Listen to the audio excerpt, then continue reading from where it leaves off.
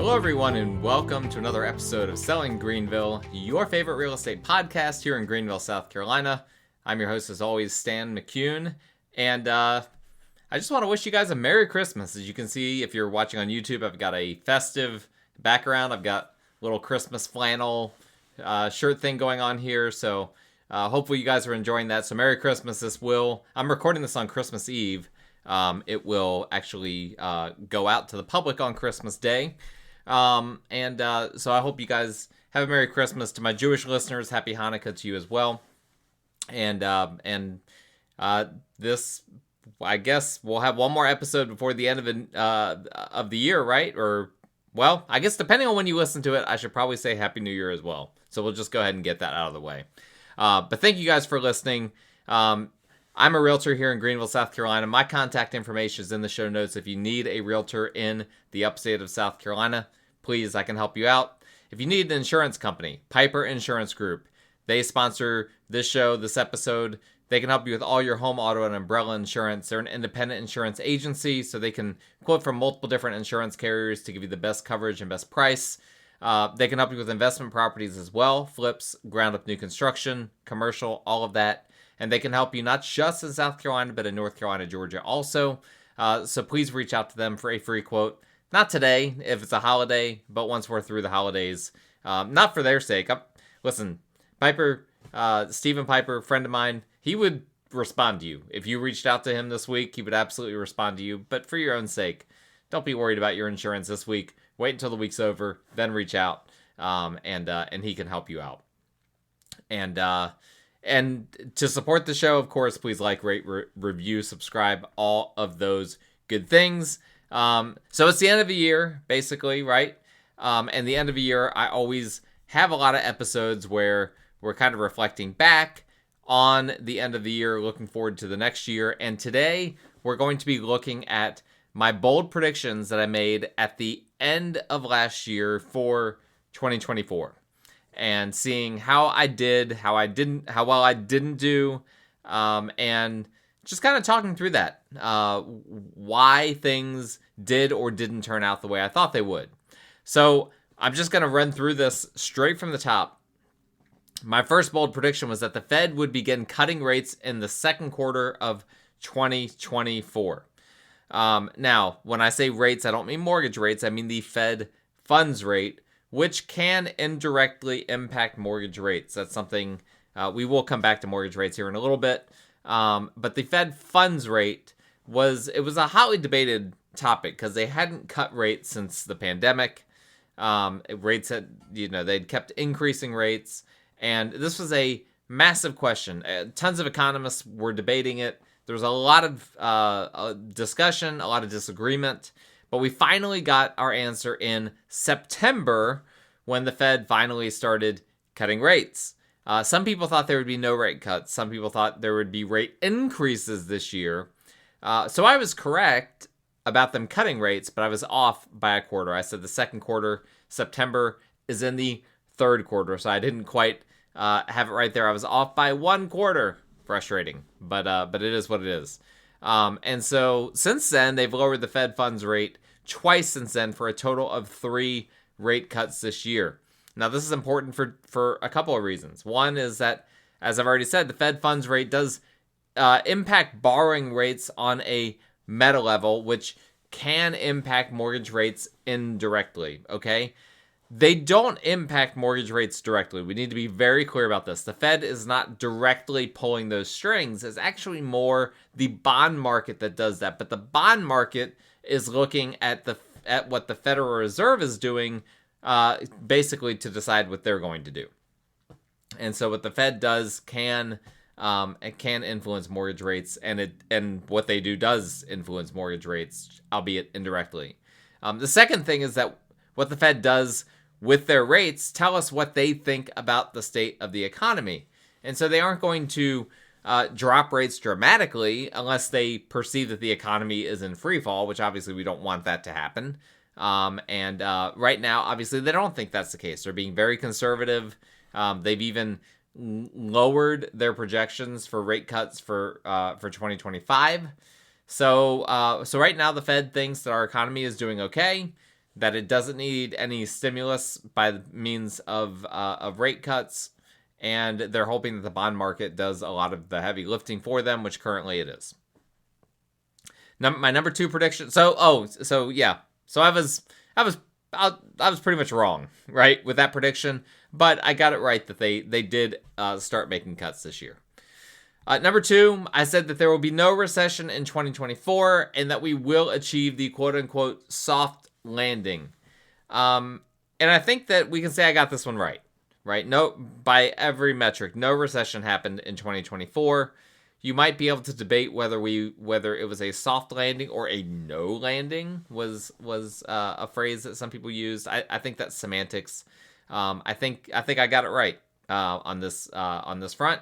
Now we did come close, right? We had to a recession. We had various metrics that made it seem like maybe a recession was near, and we talked about this on the show. We had the yield curve, the 210 yield curve, uninverting, then reinverting again. We had the SAHM rule triggered. That's another recession indicator. We've had multiple different recession indicators. We've had sticky inflation, underwhelming economic numbers at various times, all sorts of things. But overall, the economy has weathered the storm, and we did not get the recession that we feared in 2024. We haven't had the multiple consecutive quarters of negative GDP growth, all of that sort of stuff. So we averted the worst for 2024. Now, did we just kick the can to 2025? Well, that remains to be seen. But in general, the economy did not go into a recession in 2024. Now, the housing market, as we've said on this show many times, has been in a recession for quite some time. Basically, the housing market has taken medicine for the entire economy, is the way I see it. Had the housing market continued at the blistering pace it was during COVID, that would have absolutely wrecked inflation for the rest of the economy. So that's a good thing. Not great for me being a real estate person, but good for the overall economy. My number 3 prediction was that mortgage rates would spend the entire year in the 6s, and that the average for the year would be the high 6s when it was all said and done. This is another one where I was half right, okay? Per Mortgage News Daily, a mortgage aggregator, whenever I talk about mortgage rates, I'm always talking about the aggregate Mortgage News Daily rate, right? For the 30-year fixed rate mortgage, because I don't know what this person or that person, what kind of a mortgage they could get. So we're talking about aggregate data here. But per Mortgage News Daily, the average for the year did end up being in the high 6s for the 30-year fixed rate mortgage, but rates in both the second quarter and the fourth quarter ended up in the 7s. So we didn't spend the entire year in the 6s. We had 2 quarters in the 7s. And that might be surprising, right, if you've not been tracking this, particularly the fourth quarter, right? Because I just said that the Federal Reserve started reducing the Fed funds rate pretty heavily in the third quarter and into the fourth quarter. They've had now 75 basis points of reductions. But what we've seen recently is the markets had actually priced in lower inflation, a worse economy, and as a result, even more rate cuts than what the Fed has done and or is projecting to do. And as a result, markets have been driving mortgage rates higher. Mortgage rates, as of today, they are higher than they were a year ago. So not good. Not good for those wanting to buy a house. And so even as the Fed funds rate has gone lower, because the bond market, more so than the Fed funds rate, determines what happens in mortgages, we've seen mortgages go up. Now, again, it's a slow dance between all three of these things. It's a slow dance between the Federal Reserve, not just the Fed funds rate, but also the statements that the Fed is making sways the market. So there's a slow dance with that, and the bond market and the 30-year fixed rate mortgage, they all kind of do this little dance together. And the end result here of that dance has been that the bond market started dancing ahead of the Federal Reserve and realized, oh shoot, we need to slow down a little bit. And that slowdown, that's an analogy that I'm making, right? It's a metaphor. But what that looked like is that now basically people have laid off of bonds. Now we're seeing treasury yields go up. That then causes the 30-year fixed rate mortgage to increase, which is exactly what has happened in recent months. Number 4 here, inventory will remain below pre-pandemic levels for the entire year. This one I got destroyed on. I was way off on this prediction. It's a little bit surprising, right? Because demand in Greenville is stronger than in many areas. Actually, the National Association of Realtors just pegged Greenville-Spartanburg Greenville-Anderson as one of the top emerging markets for 2025. I think we've already emerged. I don't really think we're an emerging market at this point. But regardless, we had 22 people per day moved to Greenville from outside of the area. And so there is demand. But in spite of that, there's been more supply entering than demand. And so basically since the summer, inventory has been comparable to pre-pandemic levels. And currently it's sitting at 2015 levels. The market was not very hot in 2015, right? It was a very, it was a pretty balanced market in 2015. It was not quite a seller's market, not quite a buyer's market, in my opinion. And that's where inventory sits right now. So we did not see inventory remain below pre-pandemic levels for the entire year, not even close. Number 5, I said the pending sales for the first quarter would be down year on year and would increase probably slightly for the remaining 3 quarters. I was wrong on this one, but in a different direction than you would have thought. And surprisingly, pending sales were up for all 4 quarters. Now, it shouldn't have been, I guess, all that surprising. There were reasons why I thought that there would be basically a down first quarter and then an increase in the other 3 quarters. But long story short, pendings were up for all 4 quarters because 2023 pendings were really low, right? And so what's happened, the market has adjusted where more people are putting in offers, but a lot more contracts are falling through. So that's what happens. Pending sales are not closed sales. Pending sales are homes that have gone under contract. A lot of those contracts are in fact falling through. And we had some really strong months for pending sales year on year in 2024. And so once we get the final end of year data, I'm thinking pendings for 2024 will probably end up being about 5% higher than they were in 2023. Which again, 2023 was bad for pending sales, so it's not shocking. But what is shocking is that we had a hurricane that really crippled real estate for at least a month, if not 2 months. And that didn't result in us losing steam in September and losing steam in October and November in terms of pendings. And so people, like in COVID, people pushed through. They didn't let that impact their home buying or home selling decisions. And for the most part, it seems like Hurricane Helene, people responded in the same way, that just is business as usual. Number 6, I said days on market won't go above 60 for the entire year. And even though last month I thought that maybe the impacts of Hurricane Helene might cause days on market to exceed 60, that never happened. I don't think it's going to happen for this month either, for the month of December, even though we don't have the data yet. But the closest we came was 57 days on market in February. We got to 54 days on market in October, but then it came back down to 52 in November. I don't see December exceeding 60. So it looks like we're going to have another year, and I was right on this prediction, with low days on market. 60 is still historically to not exceed 60, to be there in the low 50s. It's still a historically low number for us. So we'll see how that continues to track. Number 7, the number of single family closings will rise slightly for 2024 versus 2023, between 0 to 3%, while many experts expect national declines. This one is going to be a photo finish, okay?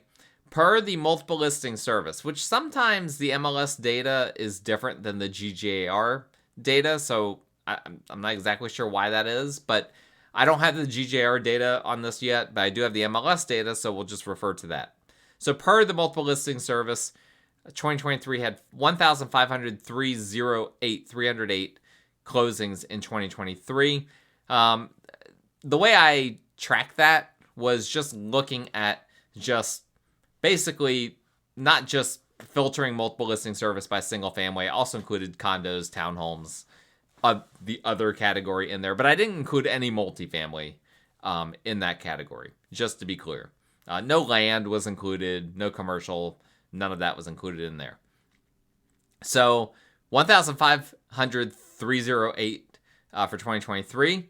As of today, Christmas Eve, we have 1 week left and not too many business days left in that 1 week. We're sitting at 14,825. So we're about not quite 500 closings off. And I don't think we're going to get there. I think we're going to have it's going to be a very slight, like basically a 1% decrease year on year for single family closings. And, I will say it's possible. It's not completely outside the realm of possibility that we could just have this glut of closings come in before the end of the year, but that would be a lot, right? That would be for us to squeeze in 500 closings in the greater Greenville market within the next week, and with all these holidays, I'm skeptical. So I think I'm going to end up being wrong on this one. I think it's going to end up being a little bit below 0% increase. It's going to be a slight decrease. And so that's something that's interesting from a closing standpoint, particularly, as I said, with pending sales being strong. I said that multifamily sales in Greenville multiple listing service will exceed 100 for the first time, and this is going to be another photo finish. However, I think this one might actually get there. Okay, we currently have had 97 multifamily closings in the multiple listing service. So we need basically 3, or depending on how you interpret my prediction, 3 or 4. It's very possible, right? People like to get those multifamily closings in before the end of the year. Would not be shocked if we saw something, squeeze through here, a few of these to push that number above 100 before the end of the year. Now, why was I right or close to being right on this one? Really, we're just seeing a lot more multifamily construction with the small multifamily, right? When some people think different things when they think multifamily. In the multiple listing service, multifamily is almost always small multifamily. Duplexes, triplexes, quads, smaller, apartment buildings, things like that. We don't see a lot of, 200 unit complexes show up in the MLS. That almost never happens. And there's a lot of good reasons for that. But we're starting to see, the past few years, we've seen a lot of people, a lot of builders building these duplexes and triplexes and quadruplexes, trying to solve the missing middle housing problem that we have basically throughout the entire country. And as a result, we're having more closings come through, even in this higher rate environment where the multifamily properties don't pencil their numbers as well. Still seeing good numbers there. Number 9, foreclosures and foreclosure sales for single family will increase slightly, but remain well below pre-pandemic norms. That was a prediction that I had. I pretty much nailed this one. I could show you guys data, charts and whatnot. I'm not going to for the time being because, quite frankly, it's Christmas Eve. I need to wrap up the show. Basically, foreclosures have ticked up just a little bit in 2024, but they're still near all-time lows, both nationally and in Greenville. We've seen some foreclosures come on the multiple listing service in Greenville, but nothing to move the needle much, right? And there's so much competition on them. This is not, I was looking at homes in 2008, 2009, 2010, trying to become a first-time home buyer, and you could go on like HUD's website, there'd be 70 homes on there just sitting, that have been just sitting on there for 200, 300 days. Now, that's just not the case. There's not a lot of foreclosures happening right now. And they're well below pre-pandemic norms, so I nailed that prediction. 10, and the last one here, I said the median price per the GJR market stats will rise by 3 to 6% for the entire year, although we may see some negative month-on-month prints. This was looking pretty good until the past 3 months derailed it. And it's looking like prices will end up closer to about a 1% rise for the year rather than the 3 to 6% that I had predicted.